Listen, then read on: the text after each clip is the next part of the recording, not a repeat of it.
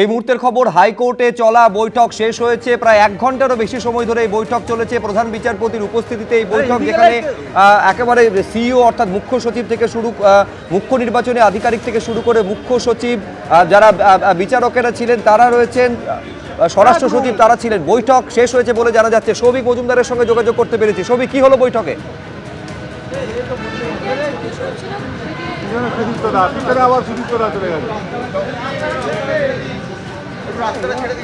কোনো কারণে যোগাযোগের সমস্যা হচ্ছে। আমি আরেকবার আপনাদের বলবো, মুখ্য সচিব, স্বরাষ্ট্র সচিব, ডিজিপি এবং সঙ্গে যে বৈঠক সেটা শেষ হয়েছে। হ্যাঁ সৌভিক,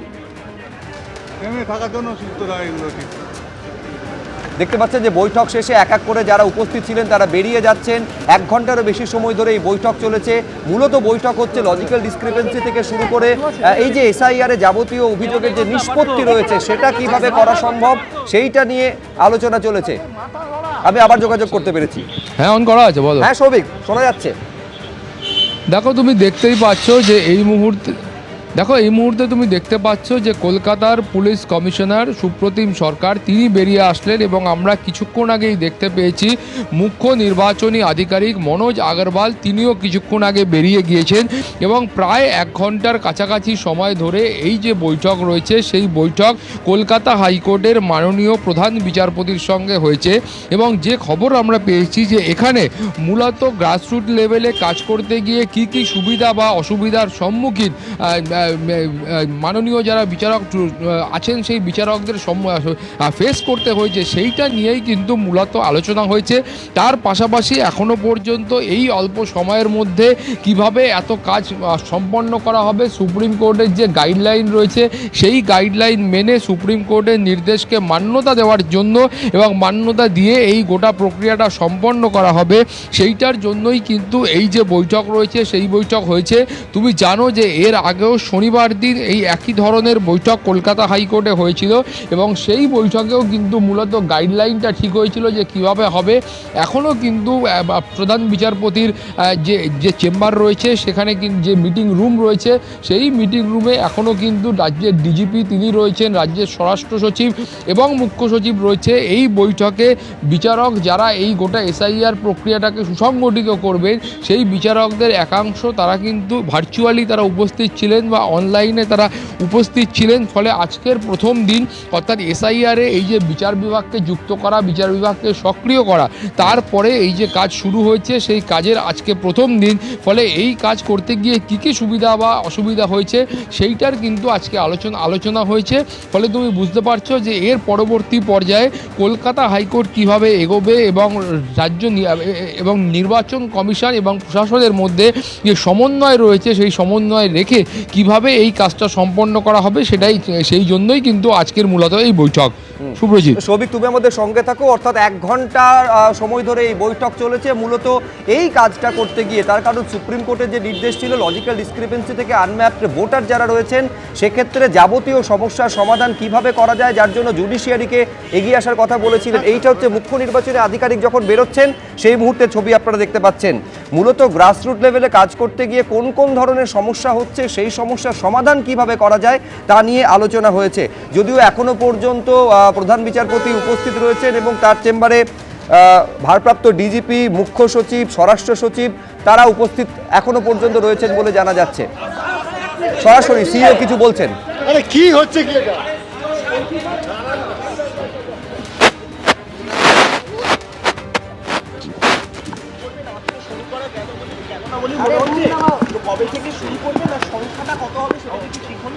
না, ভোটার অনেক জায়গায় আরাম হয়ে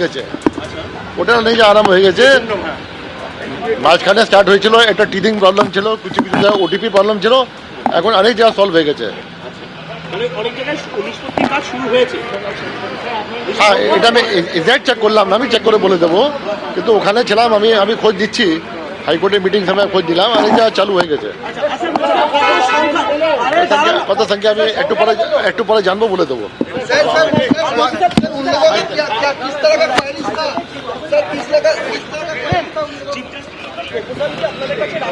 না কোনো এটা আমাদের ইন্টারনাল মিটিং ছিল, এমন কোনো মিটিং ছিল না কি প্রপোজাল এখানে ওখানে, এটা ছিল।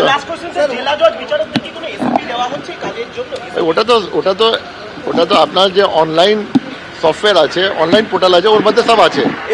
ও তো সকালে ট্রেনিং হয়ে গেছে। এটা হচ্ছে সিম্পল একদম পোর্টাল আছে, যেখানে আপনি সব ডকুমেন্ট দেখতে পারবেন, সব দেখতে পারবেন, ডিসিশন লিখতে পারবেন, আছে। বলতে পারি কাল থেকে পুরোদমে শুরু হয়ে যাবে, বলতে পারি কাল থেকে পুরোদমে বিচারকরা কাজ শুরু করতে পারবে। এটা আমি একটু দেখে পরে বলবো, হতে পারে কি আজ থেকে আরাম হয়ে যাবে। সিইও বলছেন এমন সম্ভাবনা রয়েছে ফুল ফ্লেজেড আজ থেকেই হয়তো কাজ শুরু হয়ে যাবে। বেশ কিছু জায়গায় পোর্টালের কাজ শুরু হয়েছে, ওটিপি সংক্রান্ত কিছু সমস্যা ছিল, সেই সমস্যাও কাটিয়ে ওঠা গেছে। আপনারা জানেন যে এই যে পোর্টালে একেবারে যাদের বিচারকদের লগ ইন পাসওয়ার্ড জেনারেট করা হয়েছে এবং এর মাধ্যমে তারা পোর্টালে প্রবেশ করছেন এবং তারপর একদিকে এনুমারেশন ফর্ম থাকছে যারা ভোটার রয়েছেন তাদের, এবং তারপর ইআরও এইআরওদের বক্তব্য থাকছে, এবং তারপরে বিচারক তারা কিন্তু আলটিমেটলি যারা অ্যাডজুডিকেট করবেন, অর্থাৎ যারা চূড়ান্ত সিদ্ধান্ত নেবেন, অ্যাকসেপ্ট না রিজেক্ট, তারা সিদ্ধান্ত নেবেন। এইখানে ইনিশিয়ালি কিছু সমস্যা হচ্ছিল যেটা কাটানো গেছে বলে সিইও দাবি করছেন। অনির্বাণ বিশ্বাস আমাদের প্রতিনিধি সিইও দপ্তর থেকে সরাসরি রয়েছেন। প্রায় 1 ঘন্টার যে বৈঠক হলো তাতে ঠিক কি হলো অনির্বাণ?